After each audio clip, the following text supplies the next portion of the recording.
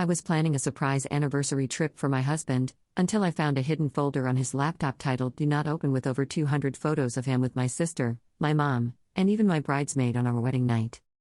I was booking our anniversary trip to Bali when I accidentally clicked on the wrong folder. Do not open in bold letters. My finger hovered over the trackpad for maybe 3 seconds before I double-clicked. I wish I hadn't. I wish I'd died before I saw what was inside. 237 photos. My husband of 4 years with my sister Sarah. With my mom. With Jessica, my maid of honor, still in her bridesmaid dress from our wedding night. All of them. All the women I trusted most in the world, naked with the man I'd been planning a romantic getaway for just minutes before. The timestamps went back 6 years. Before we were even engaged. The most recent was from last Tuesday when I was at my book club and thought he was working late. Sarah was supposed to be watching Netflix at home.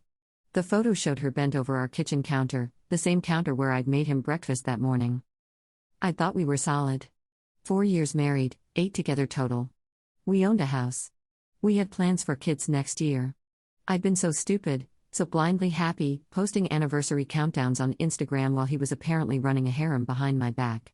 Every family dinner, every girls' night, every wedding celebration had been a lie. They were all in on it except me. The worst part wasn't even the betrayal. It was realizing how pathetic I'd been. How they must have laughed at me. Poor Emma, so clueless. Sarah hugging me at Christmas while secretly texting him. Mom asking about grandkids while she was the one making sure there wouldn't be any. Jessica giving that beautiful maid of honor speech about true love hours before she was in my husband's bed. I sat there staring at the screen until my eyes burned.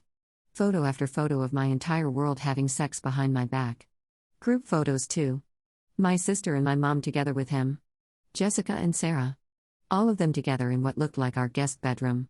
They'd turned my home into their personal brothel. The folder had subfolders. Sarah, 2019 to present. Mom, started 2020. Jessica, wedding night special. He'd organized my humiliation like a filing system. There were videos too. I clicked on one and heard my sister moaning my husband's name in my living room while I was at work. I slammed the laptop shut and threw up in the kitchen sink. When Jake came home at 8 p.m. with takeout and a smile, I was still sitting at his laptop. He saw the screen and his face went completely white. No denials. No explanations.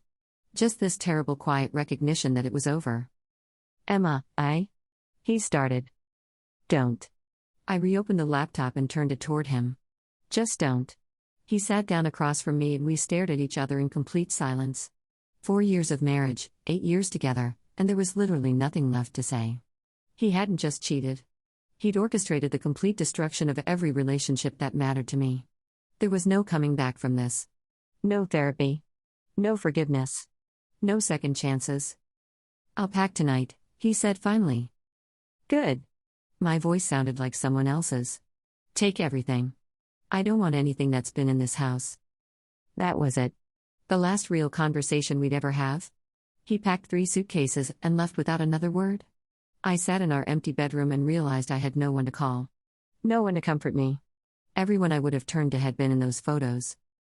The divorce was fast and brutal. I gave him everything just to make it end. The house, the car, most of our savings. I didn't want anything that reminded me of the life I'd been living in complete delusion. His lawyer looked confused when I signed away my rights to almost everything, but I just wanted out. Sarah blocked my number before I could even confront her. Mom did the same. Jessica changed her Instagram to private and moved to Portland without telling me. I found out from a mutual friend who asked why I wasn't at her going-away party. They'd all coordinated their exits like they'd coordinated everything else.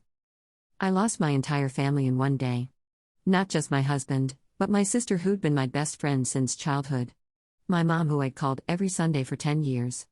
My closest friend who'd helped me pick out my wedding dress. They chose him over me without hesitation, and suddenly I understood that they'd been choosing him all along. Work became unbearable. Jake worked in the same industry, and somehow everyone knew. The story had spread through our professional network like wildfire. Emma's husband was sleeping with her whole family. People either avoided me completely or stared with this mixture of pity and fascination.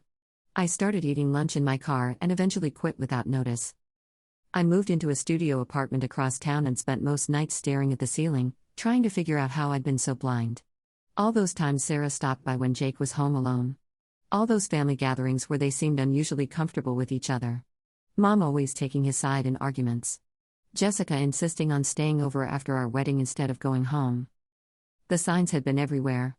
I'd just been too trusting, too stupid, too convinced that the people who claimed to love me actually did. I kept remembering moments that made sense now. Sarah borrowing my perfume before running errands.